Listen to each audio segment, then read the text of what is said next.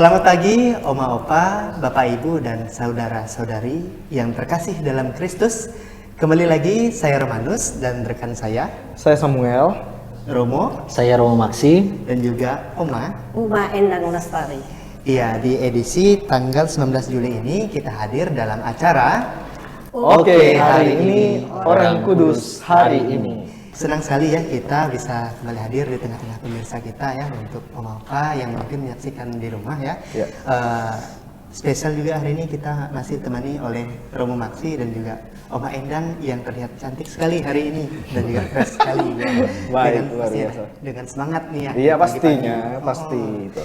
Nah, pada hari ini kita ada beberapa orang kudus yang kita peringati nih. Iya, orang kudus untuk tanggal 19 Juli ini kita memperingati, ini ada Santo Arsenius Agung, Santa Aurea, dan Santa Makarina Muda.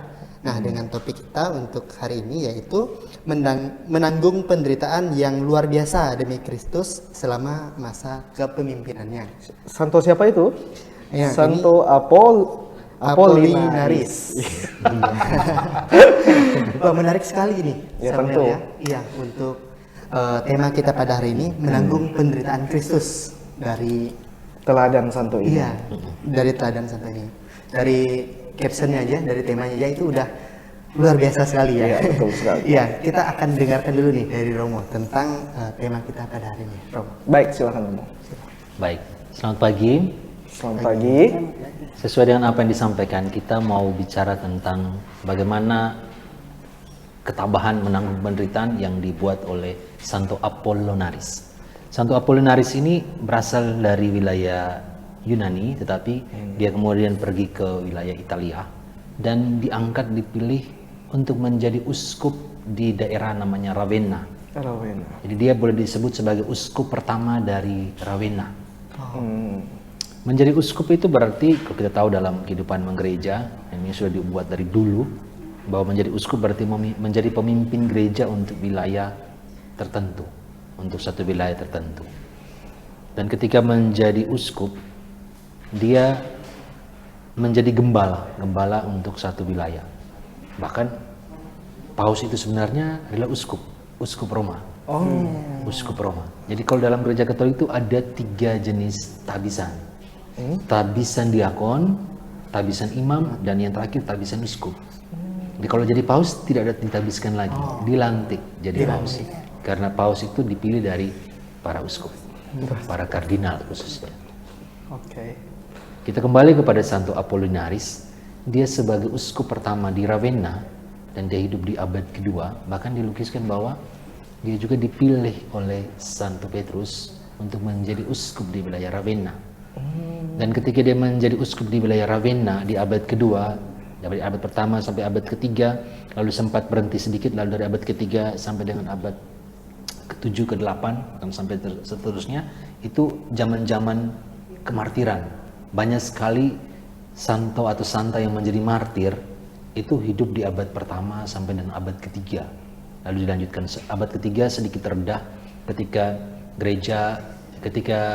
Kekaisaran Roma dipimpin oleh Kaisar Konstantinus Agung, yang dia sendiri memeluk agama Kristen, sehingga pengejaran terhadap orang-orang Katolik, orang-orang Kristen pada waktu itu sedikit berkurang. Tapi sepeninggal dia sedikit mulai lagi ada itu.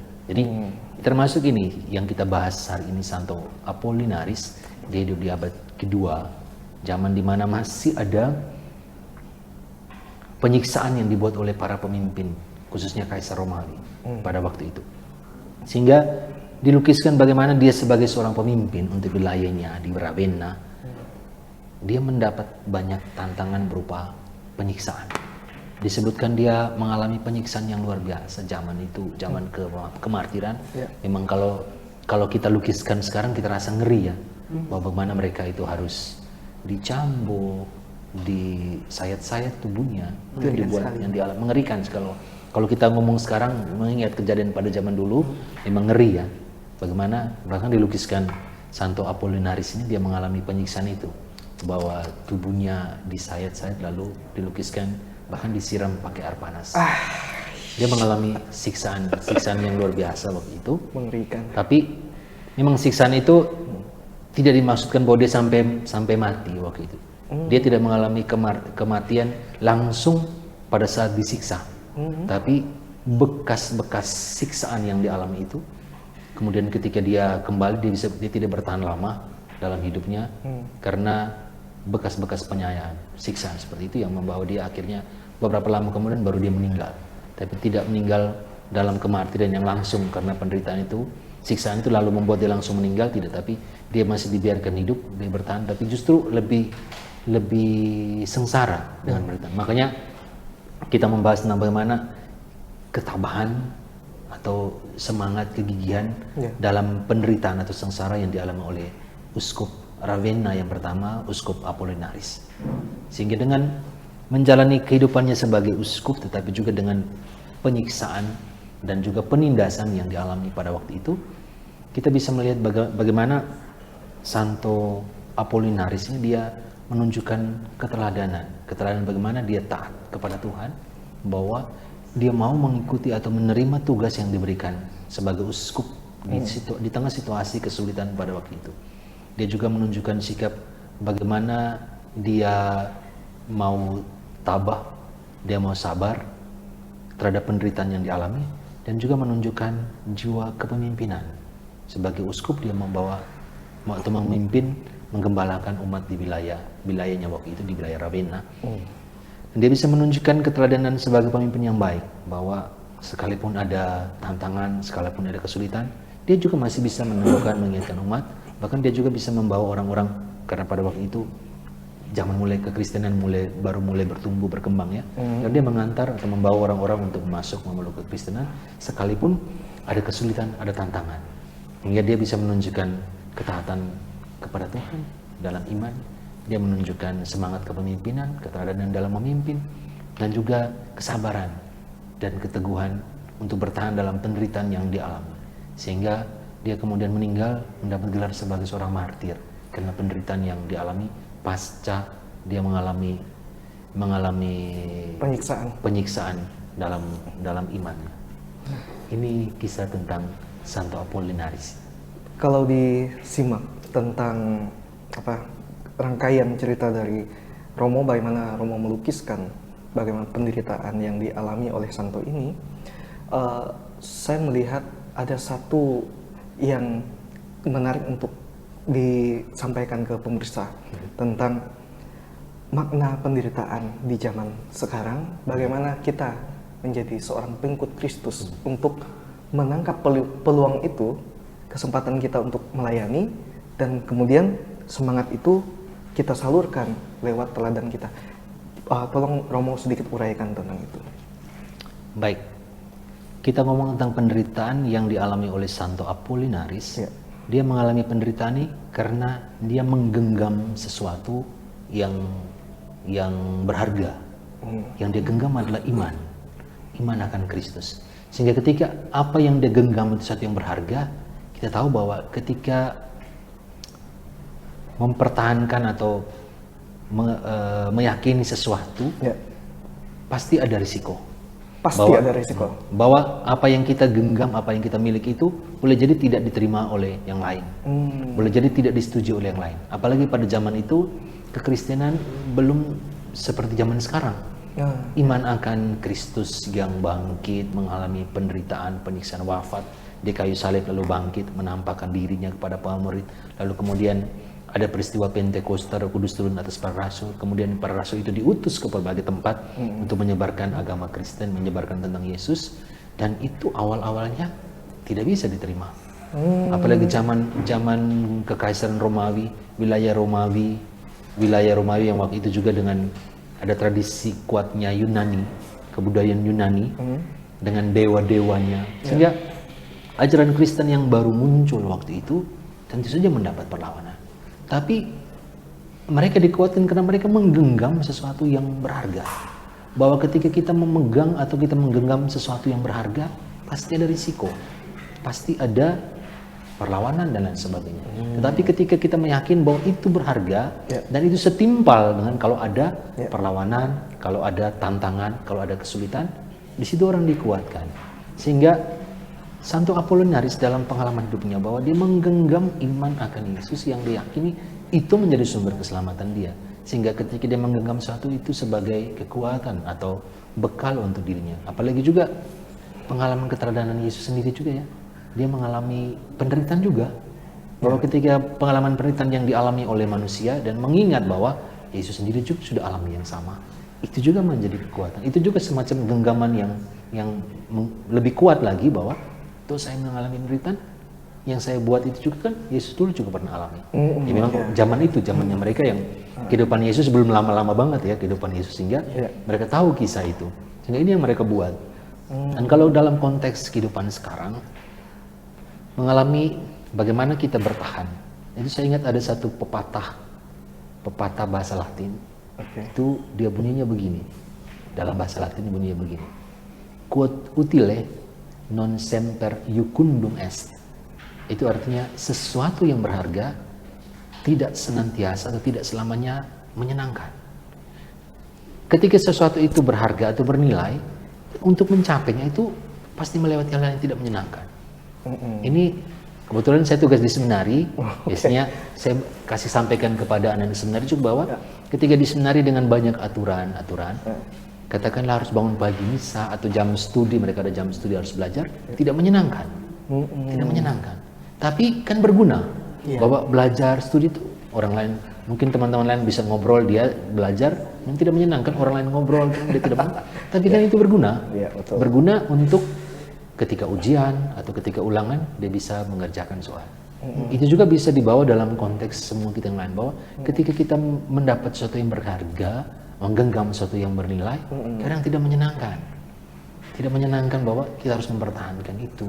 Kita harus, katakanlah banyak orang yang mau berusaha untuk mengancam atau menggugah hal itu, kan pasti kita harus siap sedia untuk bertahan. Apalagi berkaitan dengan kehidupan iman, menggenggam iman yang dimiliki pada masa itu memang tidak mudah. Zaman sekarang sih yang dengan situasi jauh sekali berbeda dengan zaman dulu, keterbukaan, sikap saling menghargai, perang juga tidak terlalu seperti zaman dulu, selalu perang di mana-mana. Zaman sekarang kan kita mengalami lebih banyak kemudahan, tetapi tetap juga kita merasa bahwa ada kesulitan, ada tantangan. Dan disitulah kita bisa melihat semangat untuk bertahan.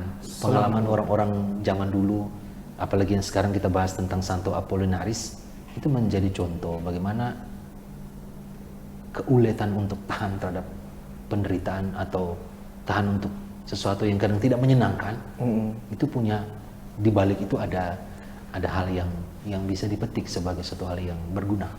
Ya, rangkaian cerita ini betul yang saya lihat bahwa ada semangat ketahanan dan ada sesuatu yang dipegang menjadi seorang pengikut Kristus, betul ya? Iya. Ya. Kita mau ulik lagi bersama Oma Endang. Ya, Oma Endang, tentang bagaimana Oma di dalam keluarga Oma mewarisi semangat ketahanan iman itu kepada cucu dan anak-anak Oma. Boleh sharingkan Oma? Ya, saya kan kawin campur ya. Jadi di dalam satu keluarga ada dua keyakinan. Jadi prinsip saya bahwa saya itu selalu berpegang pada ajaran Kristus ya. Iman saya adalah Katolik dan saya memecahkan segala persoalan kehidupan di dalam rumah tangga itu selalu saya pecahkan dengan iman Katolik, terutama tentang kasih. Kasih. Terutama tentang kasih ya. Jadinya mungkin keluarga saya itu lebih terbuka ya, menyatakan kasih antara satu dengan yang lain dibandingkan dengan agama yang lain ya. Di sini memang memerlukan suatu toleransi ya, yang tinggi sekali dalam hal memecahkan persoalan-persoalan kehidupan sehari-hari. Tapi yang penting saya tetap berimankan Katolik. luar biasa bagaimana Oma di dalam sebuah perkawinan yang campur itu mempertahankan ajaran Kristus yang paling utama adalah kasih. Teladan itu mesti tentunya harus dibarengkan dengan konsistenitas, ya. Dan Oma itu buktikan sampai saat ini. Bagaimana Oma bisa tetap teguh dan sabar untuk merangkai kasih itu dalam keluarga? Ya tentunya saya berpegang dengan Alkitab ya, jadi banyak membaca di dalam Alkitab ya. Sudah itu sesuatu yang bisa menyinggung perasaan yang lain itu selalu saya tekan. Itu tidak mudah. Jadi toleransi itu mesti tinggi dan selalu saya mengemukakan yaitu mengalah ya untuk tidak menimbulkan suatu pertikaian dan perdebatan yang berkepanjangan. Dan kebetulan pekerjaannya saya itu siang malam ya. Selain sebagai dosen, saya jadinya mungkin geseran-geseran rumah tangga yang dengan dua agama itu di dalam rumah tangga itu mungkin lebih kurang ya. Dan memang kondisi itu Oma betul-betul diposisikan Tuhan sebagai bentuk perpanjangan tangannya dengan cara Tuhan untuk memposisikan Oma membagikan cinta itu ya Oma ya. Pemirsa, kita melihat bahwa dan kita memetik dari cerita Oma bagaimana keteguhan iman apa yang dipegang dan konsistenitas melahirkan sebuah toleransi yang begitu besar dan cinta akan Allah. Romanus setuju gak dengan itu? Sangat setuju, setuju sekali. Nah mungkin terakhir nih ya, kita mau tanya lagi ke Romo nih Romo. Nah dari cerita-cerita tadi itu tentang menanggung penderitaan. Nah kalau menanggung penderitaan itu kan pasti dengan kata-kata yang sangat berat sekali ya Romo, menanggung penderitaan. Itu zaman dulu mungkin sangat berat sekali. Nah kalau dikaitkan sama zaman sekarang nih Romo, apa sih hal-hal yang mungkin bisa kita usahakan Romo ya untuk bisa kita juga ikut serta dalam Kristus dalam menanggung penderitaan. Baik, benar ya tadi disampaikan oleh Romanus bahwa kata menanggung penderitaan ini memang kalau kita dengar berat itu. Tapi sebenarnya kita bisa punya cari padanan kata yang lain adalah setia. Sebenarnya itu ngomong tentang setia. Orang menanggung penderitaan itu sebenarnya karena menunjukkan kesetiaan. Bisa bertahan dalam iman, lalu kemudian ketika mau dapat ancaman, kamu tidak boleh ini, apakah harus dihukum mendapat penderitaan atau menyangkal iman itu. Dan mereka kan memilih untuk tidak mau menyangkal iman. Situ kan kesetiaan. Sehingga kalau dalam konteks kehidupan zaman sekarang, sesuai dengan pertanyaan tadi, hal yang mungkin kita perlu renungkan atau juga perlu perjuangkan adalah bagaimana membangun kesetiaan. Kesetiaan dalam iman pertama, tapi juga kesetiaan dalam tugas dalam hidup kita. Kita punya tugas sebagai apa, sebagai siapa. Ya, belajar untuk membangun kesetiaan dalam hal ini. Ketika kita bisa membangun kesetiaan sebagai orang beriman, katakanlah orang beriman Katolik dengan iman yang kita tunjukkan, itu juga berarti kita belajar untuk membangun kesetiaan melakukan apa yang menjadi ajaran ataupun nasihat yang Yesus berikan sendiri. Sebagaimana tadi Oma Endang sudah sharingkan pengalaman, itu pengalaman-pengalaman yang kita bisa juga gunakan dalam kehidupan ini. Sehingga mungkin omong tentang bagaimana kita tahan dalam penderitaan ini, sebenarnya kita omong tentang kesetiaan. Setia dengan iman, setia juga dalam hidup sehari-hari. Luar biasa sekali. Kesetiaan itu bicara tentang ketahanan. Ingat kata kuncinya itu. Ketahanan itu bicara tentang kesetiaan. Betul. Semua yang sudah dipaparkan oleh Romo dan Oma Endang itu mari kita rangkai dalam satu doa. Romo doakan kita agar iman pemirsa dan kita hari ini semakin dikuatkan, Romo. Oke, siap. Mari kita berdoa. Dalam nama Bapa dan Putra dan Roh Kudus. Amin. Allah yang Maha Setia, kami berterima kasih karena Engkau telah memberikan kami iman akan Dikau, iman akan Allah Tritunggal yang Maha Kudus, Bapa, Putra dan Roh Kudus. Kami berterima kasih karena dari waktu ke waktu dalam perkembangan hidup menggereja, banyak orang-orang kudus yang menunjukkan kesetiaan iman mereka untuk tetap bertahan dalam penderitaan, teguh dalam iman sekalipun ada tantangan, ada kesulitan, bahkan ada siksa dan aniaya yang menimpa mereka. Semoga keteladanan hidup orang-orang kudus dari waktu ke waktu dalam hidup menggereja, teladan kesetiaan mereka dalam iman mereka, membantu mengantar kami yang hidup di zaman sekarang yang melanjutkan perkembangan kehidupan gereja dalam iman Katolik, boleh menunjukkan teladan yang sama. Ajarilah kami ya Tuhan, dampingilah kami dan berkatilah kami, agar kami boleh bertahan dalam kehidupan iman kami, agar kami boleh setia dalam kehidupan iman kami, yang bisa kami wujudkan dalam perilaku hidup harian kami. Doa dan permohonan ya Tuhan kami haturkan kepadamu dengan pengantaran Kristus Tuhan kami. Amin. Kemuliaan kepada Bapa dan Putra dan Roh Kudus, seperti pada permulaan, sekarang, selalu, dan sepanjang segala abad. Amin. Dalam nama Bapa dan Putra dan Roh Kudus. Amin. Sekali lagi terima kasih banyak Terima kasih Romo, juga. terima kasih banyak Terima kasih, Romo Oma. Endang, terima kasih. atas apa yang telah di-sharingkan, apa yang telah dibagikan kepada pemirsa-pemirsa kita di rumah. Dan satu hal yang menarik ya, yang kita perlu garis bawahi lagi, yang tadi Romo katakan, sesuatu yang berharga tidak selamanya menyenangkan.